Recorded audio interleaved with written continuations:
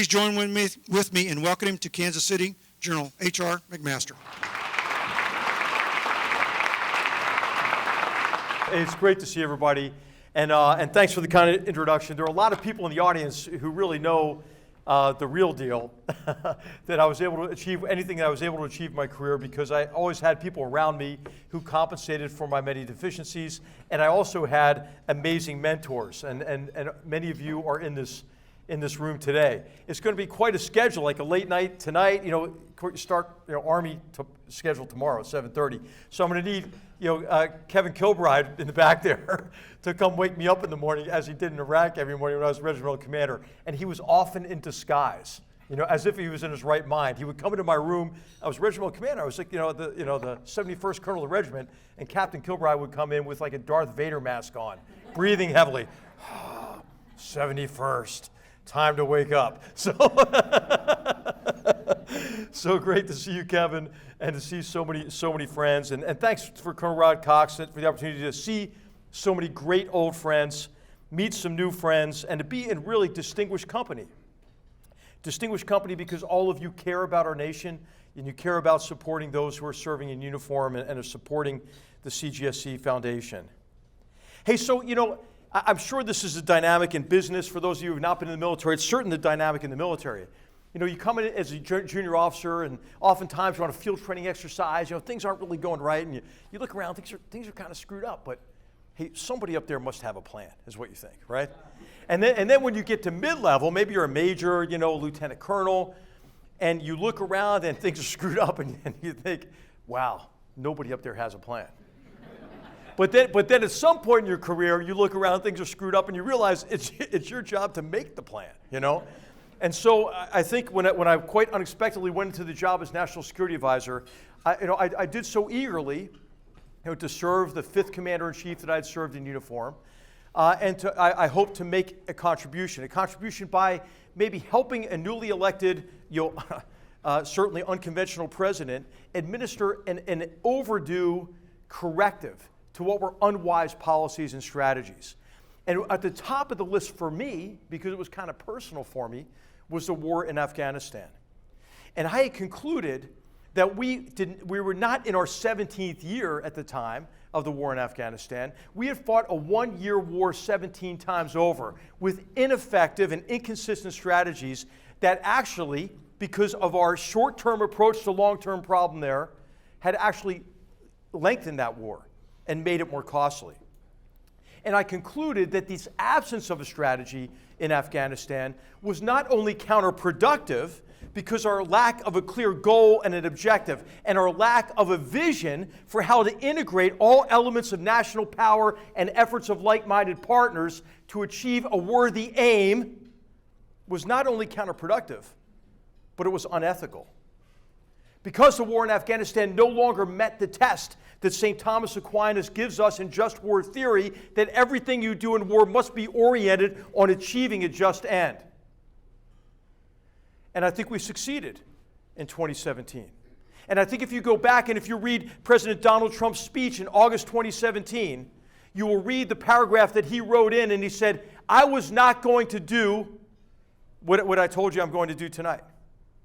But when I sat behind the desk in the Oval Office and I looked at the alternatives, I decided on a fundamentally different approach than what he had said in the campaign, which was he was going to withdraw at all costs in Afghanistan.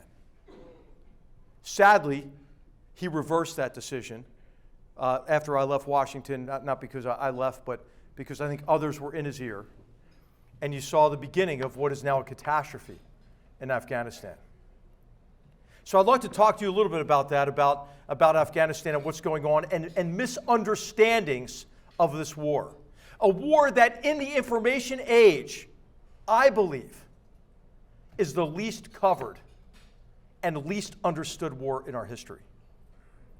And just to throw out a few elements of what I believe is a misunderstanding, and then talk to you really about the effect it's going to have on us, on Afghan people, first of all, from a humanitarian perspective, but also from a political perspective and from a security perspective.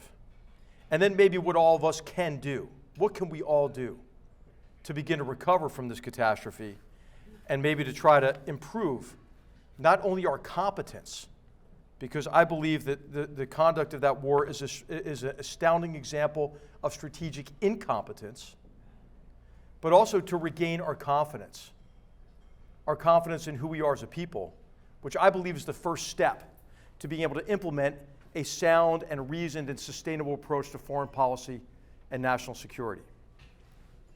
So first, a few words on the catastrophe, and that's what it is in Afghanistan. I mean, I think everything you hear from Washington, D.C. today is the opposite of reality. And this is due, I think, to self-delusion based on what I would call strategic narcissism. The tendency to define the world only in relation to us, and to assume that what we decide to do or decide not to do is decisive toward achieving a favorable outcome. And the problem with that is that this is self-referential. And it doesn't acknowledge the agency, the influence, and the authorship over the future that others, including adversaries, rivals, and enemies have.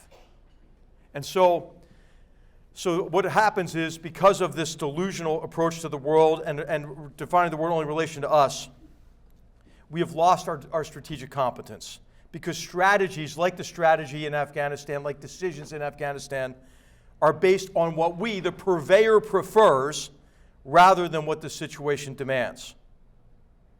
And so, in explaining the catastrophe in Afghanistan, I would say at a high level of generality is a failure based on strategic narcissism that led to a fundamental misunderstanding of the war, based on self-delusion, and that self-delusion led to self-defeat. So consider the following. Hey, we heard that it was past time to end the endless wars. But wars do not end when one party disengages. And jihadist terrorists are waging an endless jihad against all civilized peoples. We heard that we had accomplished nothing in Afghanistan. We had wasted trillions of dollars. But then we watched as the Afghan people, especially women, overnight lost the freedoms they secured over 2 decades with the support of the United States and our partners. We heard that the Taliban had changed, that it would share power. It would be more benign this time. Then we watched as the Taliban forced marriages with 15-year-old girls as cover for rape and gunned down civil servants in public squares. We heard that the Taliban was distinct and different from Al-Qaeda. But anyone with eyes could see that those groups are intertwined, and the reestablishment of the Islamic Emirate of Afghanistan is as much a victory for Al-Qaeda and other jihadists as it is for the Taliban. We heard politicians enjoin the international community to express disappointment in the Taliban's behavior. But the idea that these enemies of humanity are concerned about chiding tweets or disapproving speeches in American and European capitals is ludicrous. We heard that Afghan forces should have fought harder, that they rolled over, that they lacked will. But tens of thousands of Afghans made the ultimate sacrifice. And the psychological blows delivered through America's capitulation agreement with the Taliban, forced release of 5,000 Taliban prisoners, withdrawn air support, and sudden retreat fell harder on the Afghan government and security forces than even the physical blows that the Taliban could deliver. We heard again and again that there was no military solution to the war in Afghanistan. But the Taliban and their foreign sponsors clearly had one in mind. We hear that the consequences of this lost war can be managed. But self-defeat based in incompetence and a lack of will should be a cause for grave concern. There is much more suffering and violence ahead. It will be years before the stain of 2021 can be effaced. Our deficit in strategic competence on display in Afghanistan has combined with other traumas over the past 2 years. Tomorrow I'll have the privilege of talking with our officers about strategic competence, but tonight I thought I could talk about something different with this audience. Maybe something about what all we can do to restore our confidence. As many of you know, especially the more seasoned members of the audience, where's Tom Dials in the back? As many of you know, the traumas of today are not unprecedented. In the 1970s, our nation was deeply divided over race and an unpopular war. The Watergate scandal and the cover-up of that scandal led to President Richard Nixon's resignation. Other events shook our confidence further. Those included the Vietnamese Communist brutal assault on Saigon and the desperate evacuation of the American embassy in April 1975. Less than a month later, remember the Khmer Rouge took over Cambodia and seized the U.S. merchant vessel Mayaguez. 3 Marines left behind on the island of Koh Tang after the rescue were executed by the Khmer Rouge and are the last names on the Vietnam Veterans Memorial. Stagflation and an oil crisis added economic trauma to foreign policy and national security failures. The decade ended with an Iranian revolution, a failed hostage rescue attempt, and a 440-day-long hostage crisis. Pessimism pervaded. The United States appeared weak. In contrast, the Soviet Union appeared strong. Soviet leaders saw America's tolerance for civil and political liberties as a vulnerability. Their communist totalitarian state could crush dissent or prevent it or preempt it with jingoistic propaganda and tight control of information. But the struggles of the 1970s belied American strength. Democracy affords citizens authorship over their future. A half a century later, America is again emerging from crises in the midst of consequential geographic competition with Eurasian powers, Russia, and especially China. We all have a lot of work to do after recent traumas of a pandemic, a recession, social divisions laid bare by George Floyd's murder and the violent aftermath, and vitriolic partisan political divisions that reduced confidence in our democratic institutions and processes. That lack of confidence, magnified by President Donald Trump's false claims of widespread election fraud and incitement of an angry crowd, culminated in the January 6th assault on the Capitol. A self-inflicted defeat in Afghanistan, humanitarian catastrophe, and incompetent evacuation effort in Afghanistan, brought on by a precipitous retreat following what I regard as surrender to the Taliban, a terrorist organization, is shameful. And it seems to me like the Iranian hostage crisis in 1979 to 1980, to add an exclamation point to the narrative of American decline, a narrative that had been gaining strength across more than a decade since the 2008-2009 financial crisis, the opioid epidemic, and the unanticipated length, cost, and difficulty of the wars in Afghanistan and Iraq. So, what do? I believe that restoring confidence in America's democratic institutions and processes requires empathy. Lack of empathy for one another is rooted in ignorance. Those who know least about issues and who are strangers to their fellow Americans seek affirmation of their biases rather than knowledge. They judge their neighbors rather than try to understand their perspectives. Ignorance is driving a destructive interaction between identity politics, vitriolic partisan rhetoric, bigotry, and racism. But as I mentioned, divisions in our society and civil unrest associated with them are not new. A broad historical perspective leads us to the conclusion that we are still coping with the legacy of slavery. As bias and vitriol contaminates the information environment today, the manipulation of history remains an important tool not only for Chinese Communist Party of Xi Jinping, but for some of our fellow Americans who prefer to sow division and conflict rather than foster unity and goodwill. Ignorance of history, compounded by the abuse of history, undermines our ability to work together to improve our nation and our society because it saps our national pride.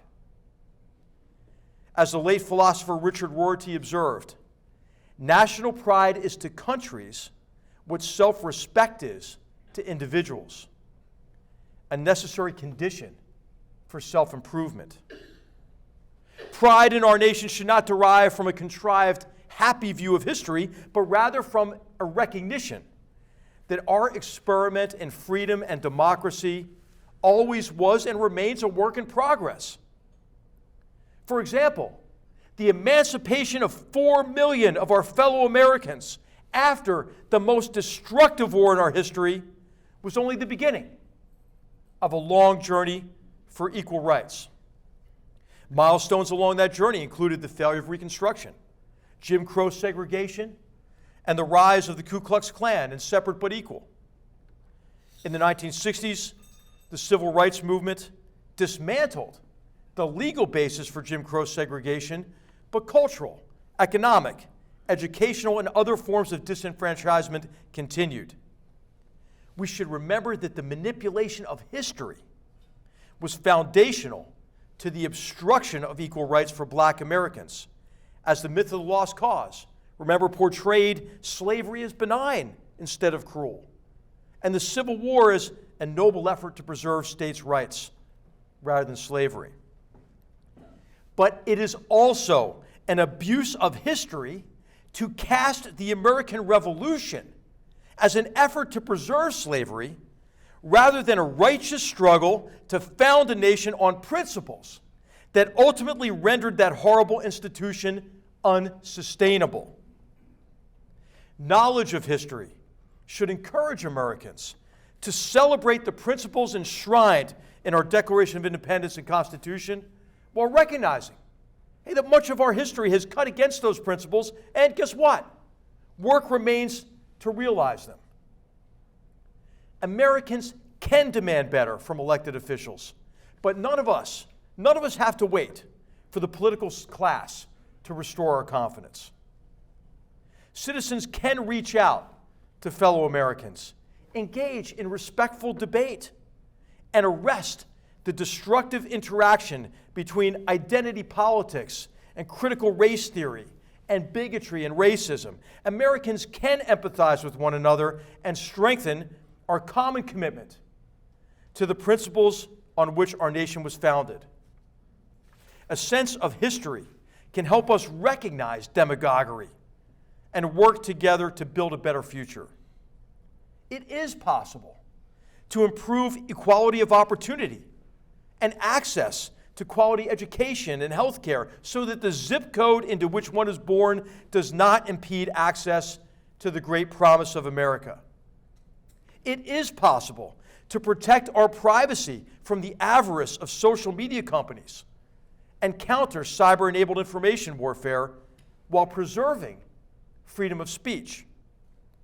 It is possible to ensure voting rights while constantly improving the security and transparency of our electoral process.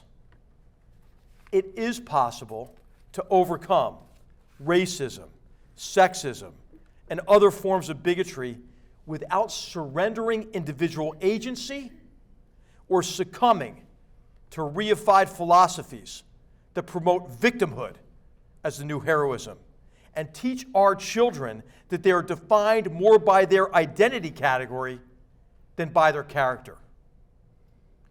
We should be confident because democracy is resilient while communist totalitarianism is brittle. Just consider Xi Jinping's speech in this past July to commemorate the 100th anniversary of the founding of the Chinese Communist Party.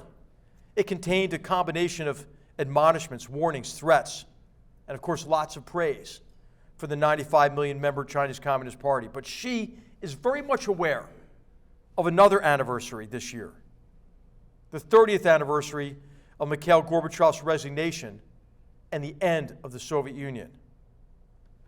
Wang An, who migrated to the United States from China in the 1950s and founded the groundbreaking computer company, Wang Laboratories, said of his adopted country, "As a nation, we do not always live up to our ideals, but we have structures that allow us to correct our wrongs by means short of revolution." Citizens in the United States and across the free world must do our part to restore confidence in our democracies. We might remember that the situation was dire in 1979 during what President Jimmy Carter described as a crisis of confidence in his infamous Malaise speech. But we can all do our part now to overcome our differences, reinforce the worn fabric of our society, and work together to strengthen our nation and the free world. To realize the vision of the motto that appears on the Great Seal of the Republic, E pluribus unum, out of many, one. As the patriot and civil rights activist Rosa Parks observed, we will fail only if we fail to try. Thank you.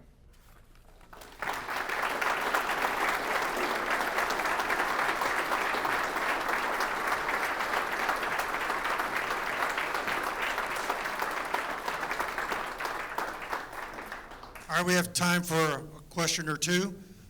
If you have a question, just raise your hand. Is that Benny back there? Can we get a microphone for him, please? General, thank you very much for your inside story. My question is, many people, after failing of the Afghanistan, many people saying about today's Afghanistan is tomorrow's Taiwan. And of course, especially those from mainland China. What's your view of this? If your answer is no, and why is not? Well, it's going to take a concerted effort to reassure our allies, you know. I mean, I think back to when everybody was outraged at President Trump's mean tweets toward our European allies. Well, we just abandoned our European allies in Afghanistan. You know, everybody's talking about like a humiliating withdrawal like 75 from Saigon.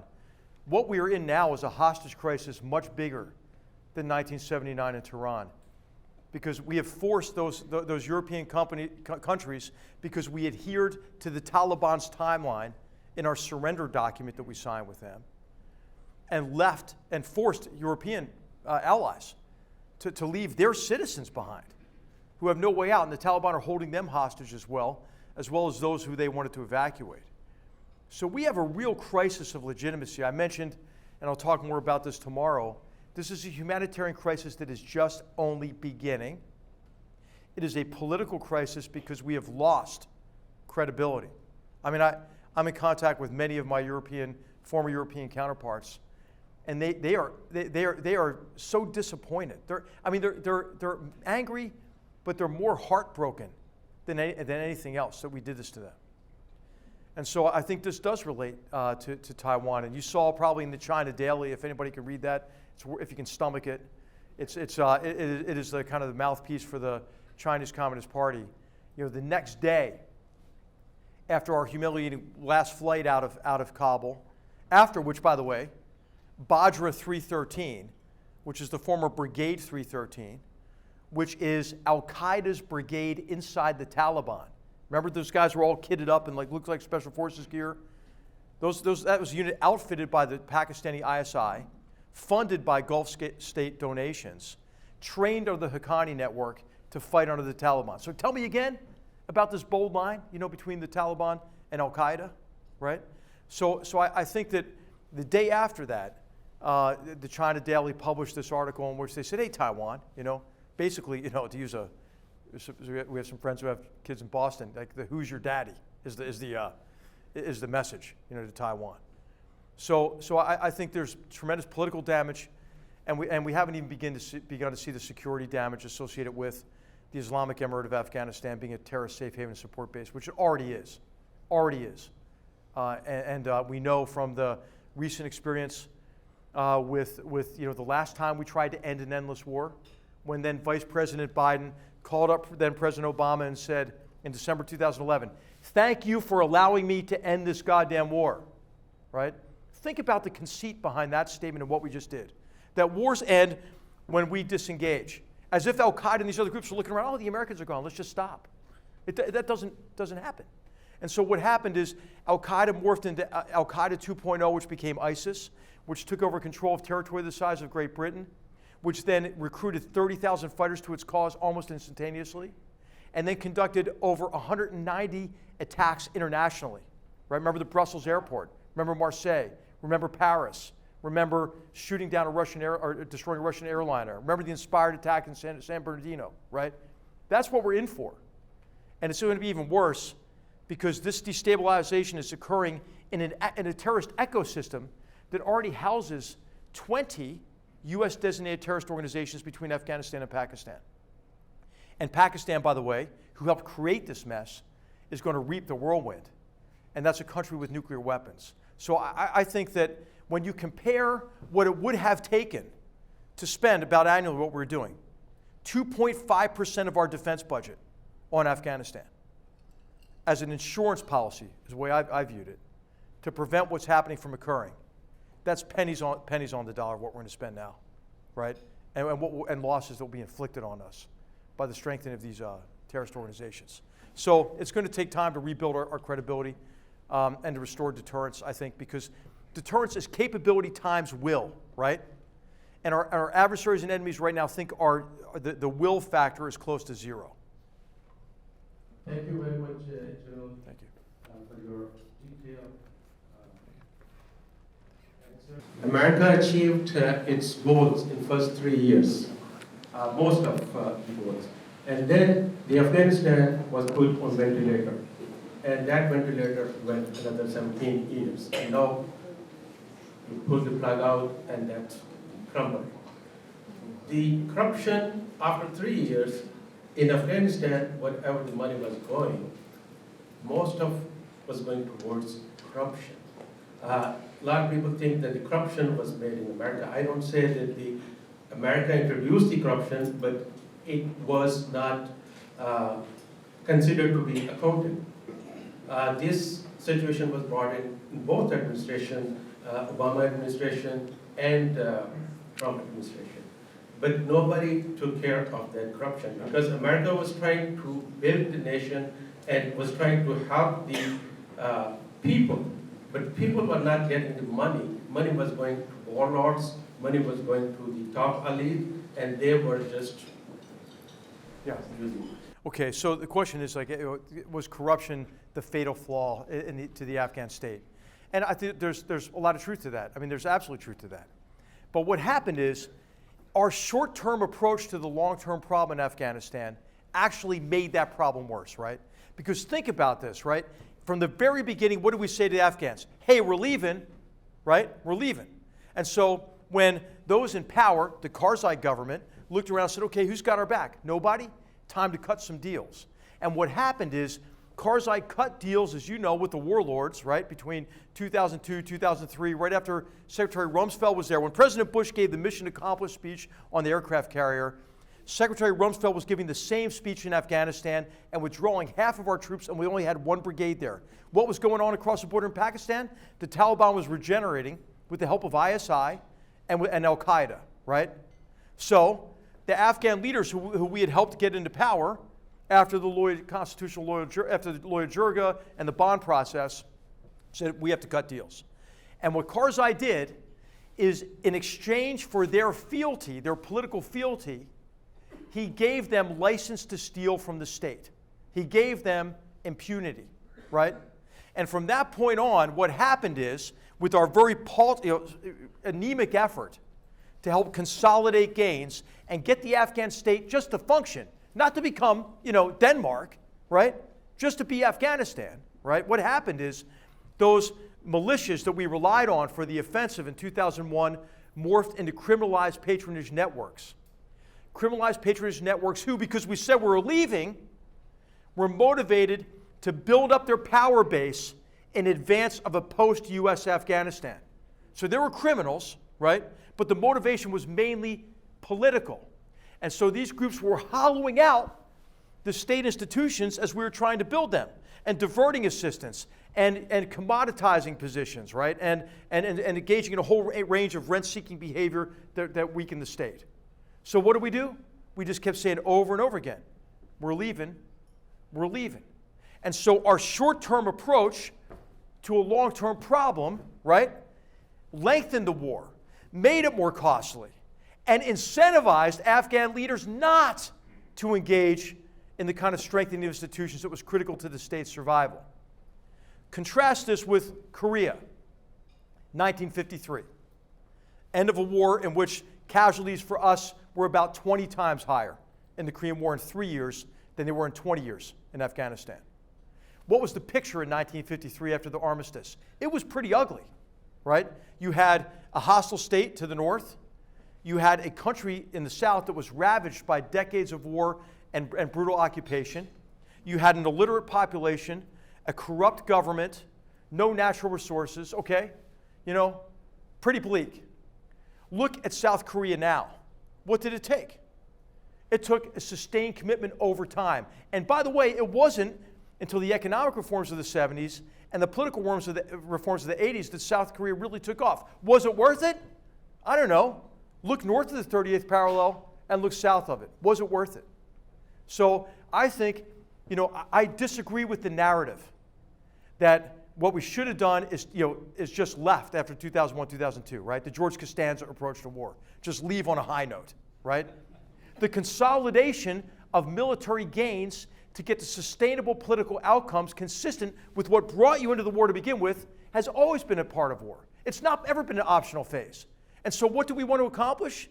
We want to accomplish defeat al-Qaeda, ensure that al-Qaeda could never again conduct an attack on the scale of 9/11.